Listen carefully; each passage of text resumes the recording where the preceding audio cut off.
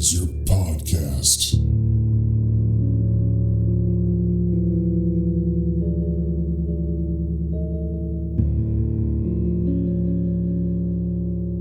Hey there, everybody, and welcome back. Before we get into the episode, just want to let you know that this is the free version of the podcast, and all that means is that we are way behind where I'm at in Patreon. So if you are loving this podcast and you need more John Constantine in your life, definitely go check us out at patreon.com/planes, trains, and comic books and sign up for the Hellblazer tier, where you'll get access to the entire Hellblazer library that I've recorded so far. And also you'll get access to the exclusive episodes of the Planes, Trains, and Comic Books main podcast. So if any of that sounds good to you, definitely go over to patreon.com/planes, trains, and comic books, all one word, and sign up there. And with that out of the way, let's get into the issue. Today, we are reading Hellblazer number 28, and just a little catch up on what's been going on. The last three issues were not part of this story arc. We are back with the Family Man story arc. But the cool thing, and what normally doesn't happen in a comic series, is when there's fill-in issues, they usually don't acknowledge that those fill-in issues happened and like that any time has passed. But in Hellblazer, they actually do.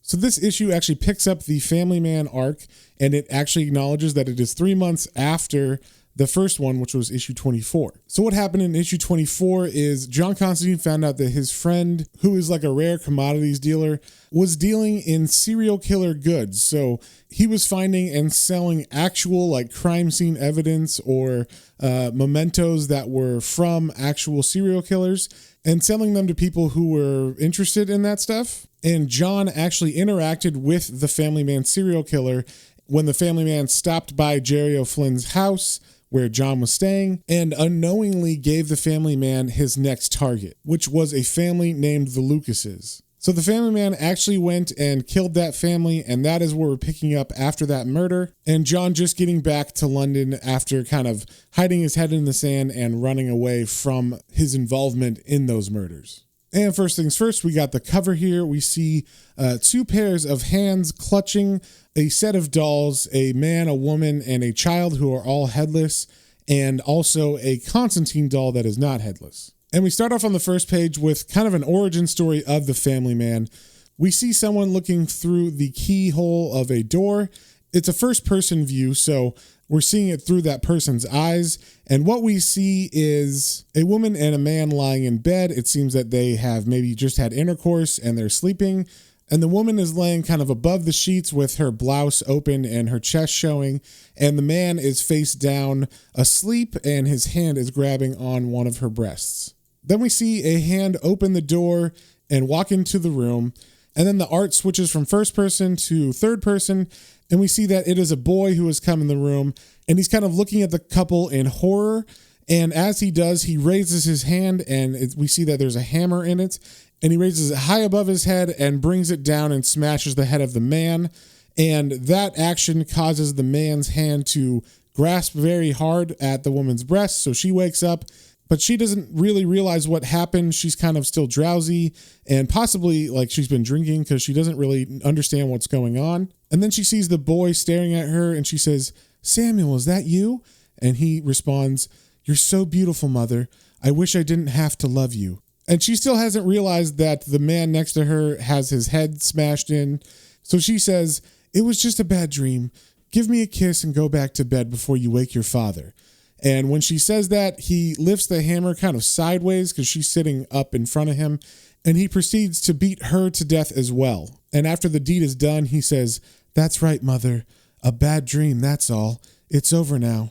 Good night, I love you." And then as he kisses his mom's face, he hears a noise, and he turns around to see a silhouetted figure of John Constantine holding a noose and looking at him very angrily. And the boy says, "No, please, it wasn't me. I found them like this. It's their fault. They should have come home on time. Please, I'm all alone now." And then on the next page, we see an old man wake up like in a fit. And from issue 24, we know that this is the Family Man serial killer. And apparently all that was just a bad dream. And we find out that his name is Mr. Morris as a nurse comes up to him and says, Mr. Morris, wake up. You're having a restless night, shouting in your sleep." And then she brings him something to drink to calm him down. She says it's called Horlicks, but I don't know what that is. It might be alcohol or milk or something. And Mr. Morris says, "Thank you, Betty. You're very, very kind. And then we get 3 panels that are just solid black, but there is narration over it. And we see the narration says, blind, no force, no influence, numb in an oil bath world, no form, no texture, no sense but smell, sweet and sour, the smell of piss and blood, of death. Remembered fingers scramble but find no coffin lid. Terror wraps on nothing but the soul. And then there's 2 very loud knocking sounds, and then all of a sudden John Constantine wakes up because he was having a nightmare. And it seems he was woken up by someone knocking on his door. And when John answers, he has a very horrified look on his face as someone we don't see says, "Oh, hello, Mr. Constantine. I'm Lou Case from Houndstown. I'm very sorry to disturb you." And then we get a panel that shows what John is seeing from like the back of him. And it is the dead family of the Lucases. And the husband is introducing his family to him. He says, "Oh, we've never met. This is my family, June, Sarah, and Mark." And they are the dead versions of that family. So their faces are all bloody and cut up. The children's like eyes are missing and stuff. It's very, very creepy and grotesque. And John asks the man, "What do you want?" And the man replies, "I don't want you to think me ungrateful after all you've done for us, but we couldn't think of anywhere else to go. You see, our house is all full of blood and policemen now. It's been a bit sudden, you know, and the children are very tired." And as he's saying this, he's kind of walking into the house and like putting his hand on John's shoulder. And John is just trying to move back further and further away from the ghost of the husband, or maybe like a vision John is seeing of him. And so John actually falls down like while he's stumbling backwards. And the man says, "Please, Mr. Constantine, I'm sure if you stop to think about it, you'll agree it's only fair. After all, it was you who sent him to us, wasn't it? You know who. Don't worry, we're not going to sue you or anything. It's really not at all unpleasant being dead. It just takes a bit of getting used to. We'll be very quiet. You hardly know we're here. Perhaps you could help my wife with young Sarah." And as he says that, the wife walks in behind him and hands John the dead daughter, who's still covered in blood. And she says to John, "Thank you. Careful, don't spill her. She's still got some blood left. You wouldn't want to stain your lovely clothes." So it seems that much like all of John's friends that have died in the past, which used to haunt John all the time because he basically got them killed, now he has the ghosts of this family haunting him. And we see the name of this issue is Thicker Than Water, and it is written by Jamie Delano with art by Ron Tyner and Kevin Walker. Then we cut to the old folks' home where Mr. Morris, the family man serial killer, is having a nice chat with an old lady that also lives in the old folks' home. And it seems that he gets along well with everybody. Everybody likes him. Everybody's like, "Oh, Mr. Morris, don't go," as he gets up to leave. And it seems like he's actually moving out of the old folks' home today because one of the nurses says, "Come along, Mr. Morris. Have you got everything? Tickets, money?" And he's like, "Yes, thank you. Goodbye, Miss Etheridge. Goodbye, Betty, Norma. I'll miss you all. You've been like family to me." And then the old lady he was talking to says, "Such a nice old gentleman. He was a policeman, you know." And the nurses standing around the old woman say, "Yes, but I didn't know he had a sister. According to the next of kin list, he hasn't. Poor love. It must be ghastly to be old and all alone. And he has such terrible dreams." So as Mr. Morris gets into his taxi, he kind of evilly looks out the window at them as they wave goodbye.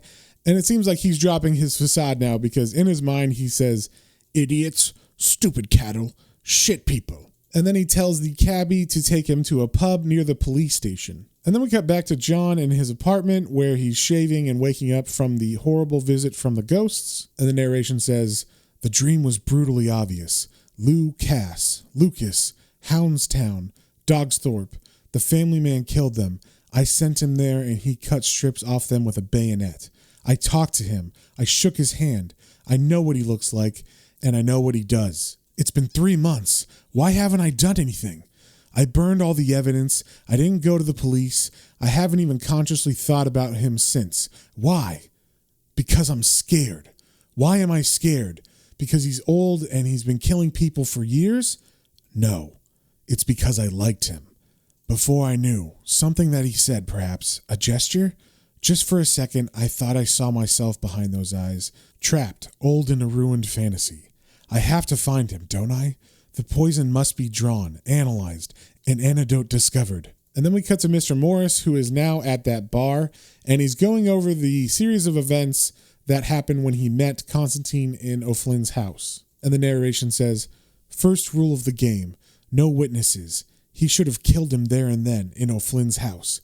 He should have gutted him. He should have reamed those supercilious eyes from their sockets. Why hadn't he? He'll have to put things right. A dream of mother was a danger dream. It was a bad mistake. And then another man at the bar interrupts Mr. Morris's thoughts, and it turns out that's a policeman that is currently working the family man case. And like the nurse said as Mr. Morris was leaving, Mr. Morris is a retired policeman, and this is the local pub that the police hang out in after work. So as they get to talking, of course, Mr. Morris is asking, how the case is going. Do they have any leads? And the policeman doesn't really give him that much information. But then Mr. Morris changes the subject and kind of makes it seem that he's like a private eye right now, like that's how he's getting money. And he asks his policeman friend to do him a favor and run a name for him. And the name he wants him to run is John Constantine. So it seems like Mr. Morris has decided that he's going to fix his mistake of not killing John when he first saw him in the house. So he needs to track him down and find out where this John Constantine lives. Because if you remember, John has since moved out of the O'Flynn house. So his friend runs the name and gets back a bunch of information about John that we kind of already knew, but he tells Mr. Morris that he should stay away from this guy. He says, "Go easy with this one, okay? He's young and nasty. There's no current trace or wanted tags on him, but he's always in the background. He did 2 years in Ravenscar after a highly dodgy accidental death of a minor. We tried to find known associates, but they nearly all checked out dead. We have got a father listed, though, Thomas. There's an address in Liverpool." So with that, the policeman leaves, and now he's given Mr. Morris way too much info about John, and as Mr. Morris walks away, he has a very evil smile on his face. So then we come back to John, who is now visiting his buddy Chaz, who used to be a taxi driver, but apparently Chaz sold his taxi after John guaranteed that the apocalypse was going to happen while they were in Scotland. So Chaz figured, I might as well sell this thing and get a bunch of money. And of course, as we know, the apocalypse did not happen. Chaz says, "Anyway, if it weren't for you, I never would have sold me cab. The missus gave me hell over that. I looked a right fool, didn't I?" And then he imitates him talking to his wife and saying, "But darling, we might as well go to the Bahamas. The world's going to end. John said so." And then jokingly, John gives him a kiss on the cheek and says, "It's all right, Chaz. I still love you." And then we cut to Mr. Morris, who is taking a train to Liverpool. And of course, he is stuck sitting next to a very loud mother with 2 children. And the children are freaking out and crying and stuff. And since Mr. Morris is chatting with her and seemingly nice, she allows him to pick up one of the children. And we get some narration over these panels that says, "Unbearable love for the witless suffering of beasts, compassion squirming, live muscle splintering in its shell. Softness demands steel. Ravage the vulnerability, pierce it again and again and again, deaden it with scars. Soon the sweet salt taste, but not now. Now, chill the love, freeze it. This is not a safe place." So it seems like he really wants to kill these kids and the mother, but this is too open and it's not safe to do something like that.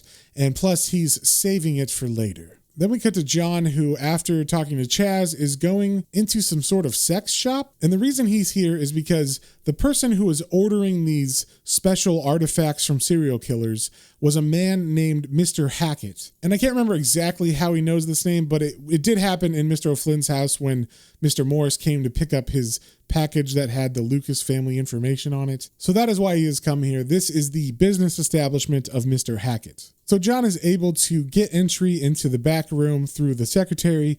And as he walks in, we see Mr. Hackett watching some sort of movie.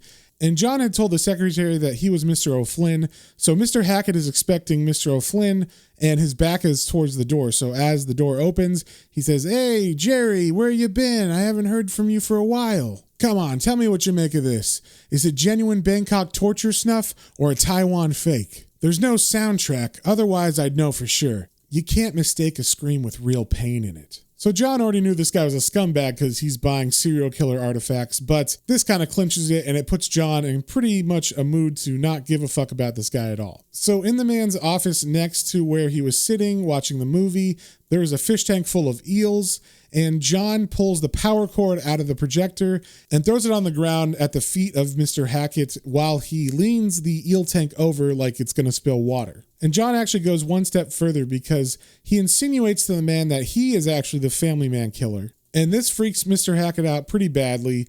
So when John asks to see the man's serial killer memento room, Mr. Hackett lets him in right away to this back room in his office. And this is where he keeps all the serial killer mementos that he has bought from Jerry O'Flynn over the years. And John is kind of sickened by this whole macabre museum that he's collected. And he says, "Why do you hoard these trophies? Aren't you as guilty as those who take them?" And Mr. Hackett responds, "Sure, yeah. And ain't everyone who reads the crime reports or studied murder for a psychology degree. Everyone's fascinated with random death. It's a mystery of life. Danger from another world. Even the police keep a black museum. I'm no different from them." And John yells back, "Yes, you are. You don't just want to know about it. You want to watch it, to be involved. Sometimes I bet you even want to do it. But you're so scared. So you do it in your head, on your own. You smell, Mr. Hackett. You smell like a sick baby." And now that John has seen all of this stuff, he realizes there's not really any information on the family man here. But before he's about to leave, Mr. Hackett, who still thinks John is the family man killer, says, "This came for you in the mail. I was going to give it to Jerry to pass it on, but he never showed up." And then he hands John what looks kind of like a wedding invitation or a postcard or something.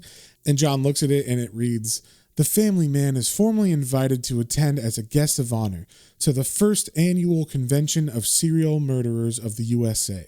And this is kind of cool because it ties into a story arc in Sandman where there's like a serial killer convention in America going on. So apparently the family man in this story arc also got an invitation to go to that convention. So as John pockets the card and begins to walk out, Mr. Hackett says, "You're going to kill me, aren't you?" And his back is turned to John. And John responds, "Would that make you happy then, to be a famous killer's victim?"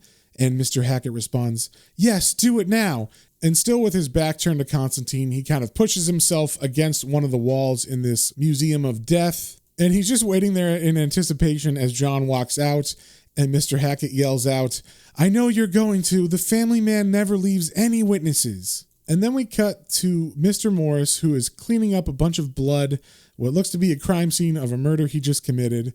And we see there's narration saying, "Waiting for the early winter darkness to conceal his departure, the family man calms his bubbling mind with cleaning up. It's difficult. There's no bath and the sink's full of dishes. He hadn't planned on this, but as they talked, he'd felt it rising. The love, swelling him with insufferable sensitivity. The love was undeniable.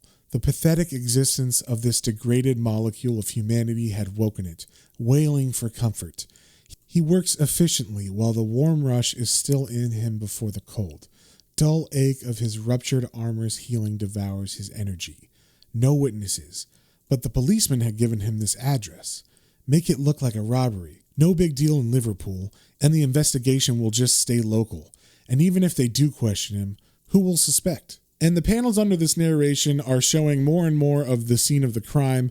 We're seeing him wipe off a white coat that is on the wall and also a very long knife that he has in his hands.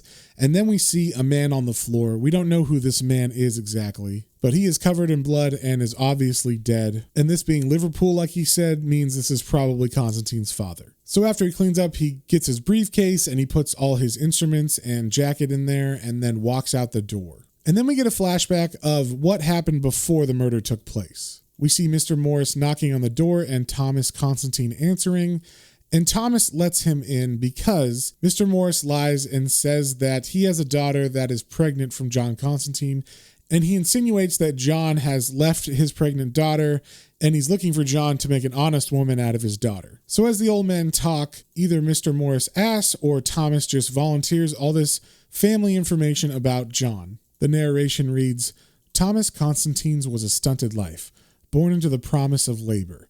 His father had been a stevedore and Thomas grew to that work. He had 6 brothers. His mother, broken, died young. There was work for a while, then the depression years of dole, cues, drinks, and fights. Eventually, the ships came back to Liverpool with food to feed the war, and for a time, there was more work than a man could do. Then, a near decade with no steady job, going hungry for the child.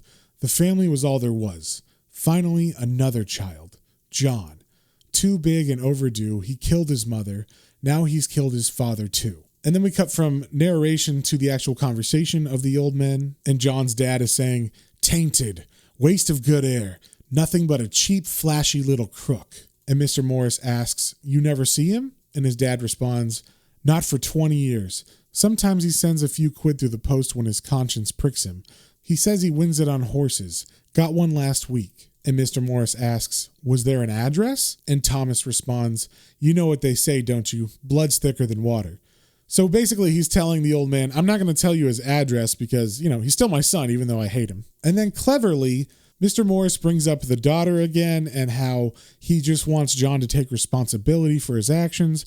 And this moves Thomas to tell him that the card was postmarked from London, Peckham. And that's all Mr. Morris wanted. And he stands up like he's about to leave, but he actually opens his briefcase and takes out a raincoat. And Thomas looks out the window and says, "Oh, is it raining out?" And we know what happens from there because that was the same coat that he was cleaning the blood off of in the last scene. So then we cut to John, who's coming up with his own plan of how to get the family man to reveal himself again.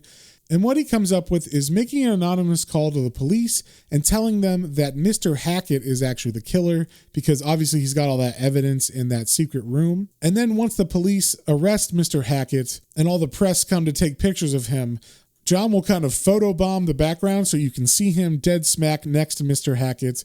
And he's hoping that the family man will read the paper, see him and Mr. Hackett in the picture, and realize that he needs to take care of John Constantine because obviously John is a witness. So all of that does happen, and John is pretty pleased with himself. He thinks it's a pretty clever way he came up with to get the family man to reveal himself. But he doesn't know yet that the family man is already onto him and has actually killed his father. So then we cut to Mr. Morris, the family man, who is about to eat dinner at a local, what looks like Indian restaurant. And the narration says, "The family man is hungry as a hunter."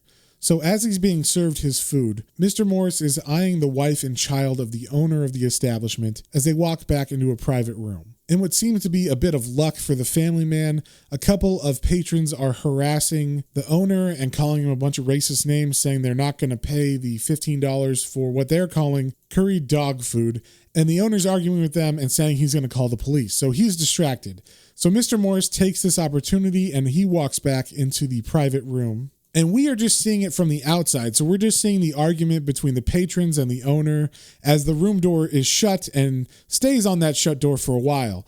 Long enough, in fact, that the argument is done by the time he leaves the room before the owner realizes that Mr. Morris was in the private area. So Mr. Morris acts like he's just getting up from his table and finishing his meal, and the owner is apologizing for the disturbance and the young people being bad families and stuff. And he asks, "Oh, was the food good?" And Mr. Morris says, "Yes, fine, thank you."